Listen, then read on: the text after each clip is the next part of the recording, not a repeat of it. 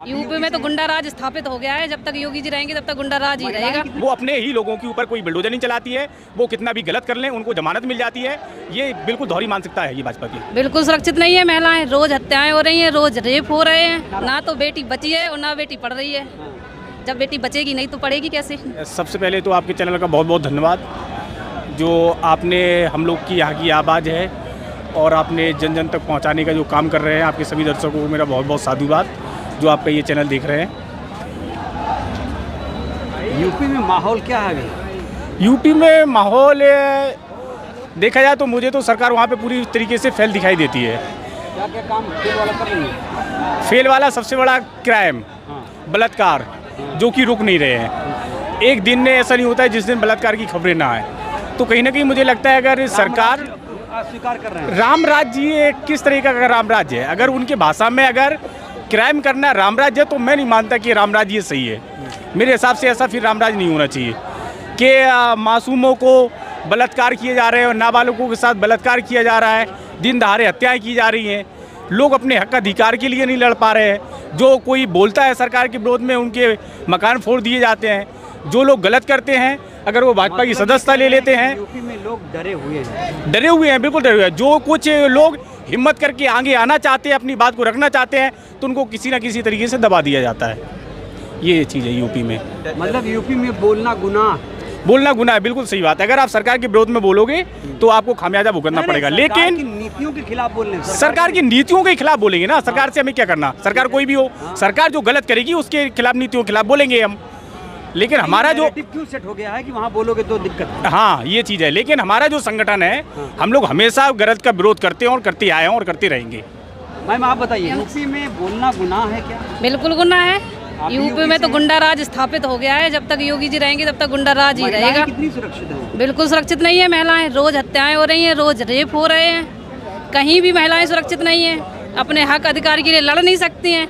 लड़ेंगी तो उन पर भाई किसी न किसी का आरोप लगा के उन्हें या तो जान से मरवा दिया जाएगा या रेप मर्डर कर दिया जाएगा, कुछ ना कुछ करके उन्हें वहाँ से हटा दिया जाएगा। महिलाओं की इतनी दुर्दशा है यूपी में, शायद ये कहीं भी नहीं होगी। योगी जी को दिखाई नहीं देता है सब? अरे योगी जी को दिखाई देता तो होता ही क्यों? अगर ये सब उन्हें दिखाई देता तो होता ही क्यों? उन्हें तो कुछ दिखाई नहीं देता। तमाम जो नेता हैं वो लोग आवाज़ क्यों नहीं उठा रहे हैं? ये सब आप बता रहे हैं, इतना मामला संवेदनशील है कि महिलाएं सुरक्षित नहीं है। क्यों उठाएंगे वो? देखो जो भाजपा के नेता हैं वो तो ये चाहते ही नहीं है। अगर महिला अपने अधिकार की बात करेंगी ना तो ये हत्याएं होंगी नहीं, और जब होंगी नहीं तो हमारा जो राज्य है ना वो अच्छे से विस्तार में होगा। आप भी यूपी से ही हैं? बिल्कुल, डिस्ट्रिक्ट जालौन से जी। और आप तो कह रहे हैं कि जो चुनाव आ रहा है क्या है माहौल उसमें, और 27 में भी विधानसभा का चुनाव है। हाँ बिल्कुल। दावा कर रही है बीजेपी कि हम जीतेंगे। बिल्कुल नहीं जीतेंगे। अभी देख लो, अभी जीत गई क्या? गठबंधन से बना पाए हैं और वो भी पता नहीं है कब डिसल फिसल कब निकल जाए, कहाँ चली जाए, कोई पता नहीं। योगी जी को हटाने की बात भी हो रही थी, सुना होगा आपने? हाँ सुना था। हाँ, क्या योगी जी को हटाया जाएगा? योगी जी को बिल्कुल हटाया जाएगा। योगी जी को भाजपा वाले ना हटाए, लेकिन हमारी जनता वहाँ की जो यूपी की है वो बिल्कुल 27 में को हटाएगी। इसका उदाहरण मैं आपको देना चाहूँगा।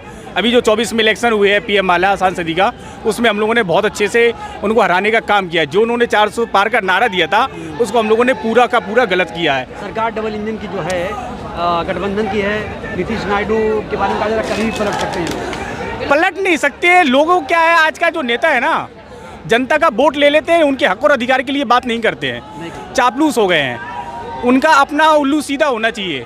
आज उनको खाने को मिल रहा है, उनके काम हो रहे हैं, वो क्यों गठबंधन तोड़ेंगे?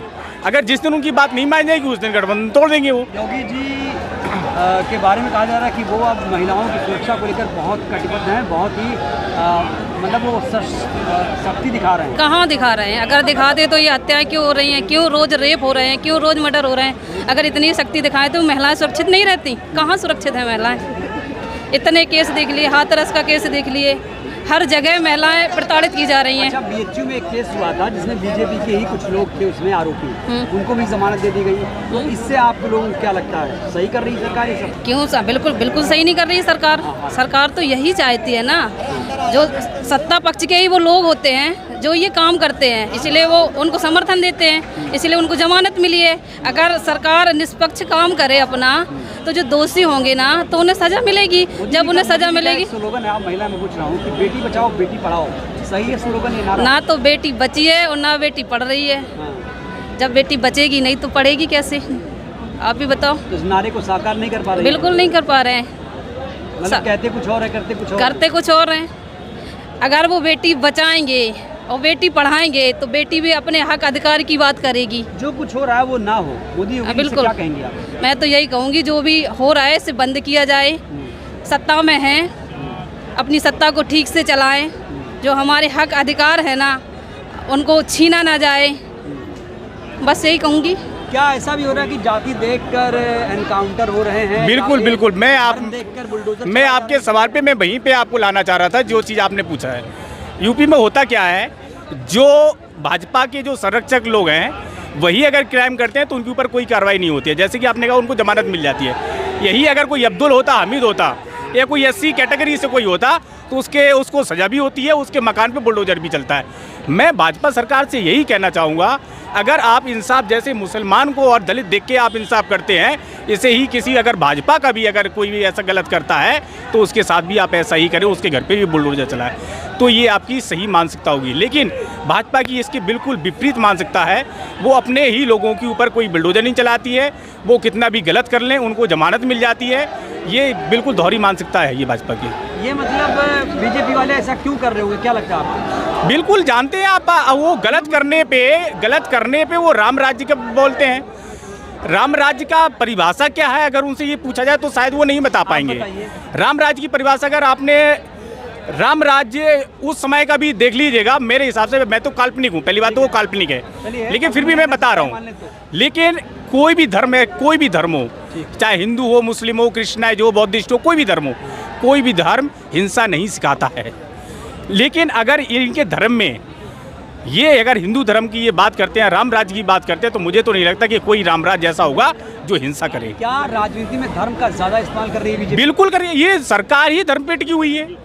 ये सरकार अगर धर्म को छोड़ दे और अगर ये बेरोजगारी पे बात करे, शिक्षा पे बात करे और स्वास्थ्य पे बात करे, तो ये सरकार कभी आ ही नहीं पाएगी वापिस, कभी नहीं आ पाएगी। इन्होंने किया क्या है? तो जो मोदी जी के भक्त हैं, योगी जी के भक्त हैं, वो क्यों नहीं आँख खोल पा रहे?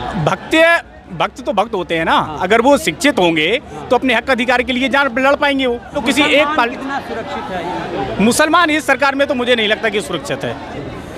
मुसलमान को ये चीज़ सोचना चाहिए कि वो सुरक्षित नहीं है, और चुनाव आए तो अपना वोट का सही इस्तेमाल करके ये सरकार को हटाना चाहिए। और मैं आपको एक चीज़, और आपने जो यूपी के बारे में बात की थी, मैं बुंदेलखंड से हूँ, जिला जालौन से। मेरा पड़ोसी जिला है झांसी। वहाँ पे भी कुछ ही दिन, एक हफ्ते या 15 दिन पहले की बात है, 3 साल की लड़की के साथ रेप हुआ है। ये चीज़ सोचने वाली है। लोग कमेंट करते हैं, मैं बता रहा हूँ, लोग कमेंट करते हैं कि लड़कियों ने कपड़े अच्छे नहीं पहने थे इसलिए ऐसा हुआ है।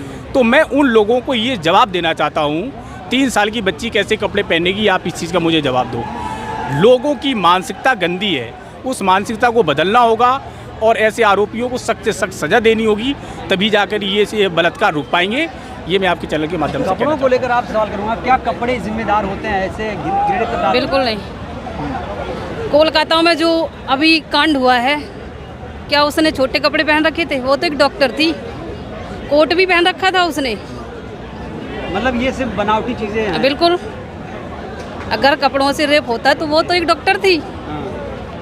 ये सरकार नहीं जानती है। तो क्या समाज के लोगों की जिम्मेदारी नहीं है कि अपनी मानसिकता को बदलें? सरकार तो आई है। बिल्कुल बिल्कुल, समाज की भी जिम्मेदारी है। समाज से ही सरकार में लोग हैं, समाज से ही हैं। दिल्ली में हैं जी, बहुत सारे पुरुषों के बीच घिरी हुई हैं जी। आपको यहाँ डर लग रहा है? नहीं, क्यों डर लगेगा? ये हमारे अपने भाई हैं, इनके सामने मैं सुरक्षित हूँ, क्योंकि इनकी सोच जो है ना, वो महिलाओं के प्रति सम्माननीय है, बहुत अच्छी है। तो मैं इनके बीच कैसे डरूंगी? मतलब ऐसे पुरुष आसपास रहें तो महिलाएं बिल्कुल आगे बढ़ेंगी, सुरक्षित रहेंगी, काफ़ी हद तक ऊंचाइयों तक पहुंचेंगी अगर ऐसे पुरुष उनके सामने रहेंगे। तो जो सरकार की नियति है ना, अगर ये सोच बदल जाए, ये हमारे भाइयों जैसे हो जाए, जैसे हमारे चंद्रशेखर भाई हैं, महिलाओं के सम्मान में हमेशा खड़े रहते हैं, अगर ऐसी सोच हर एक भाई की हो जाए तो महिलाएं तो बुलंदियों को छुएंगी। चलिए, बहुत बहुत धन्यवाद। आप दोनों एक बार फिर से नाम बता दीजिए। मेरा नाम आशीष बौद्ध है, शशि अम्बेडकर। चलिए बहुत बहुत शुक्रिया।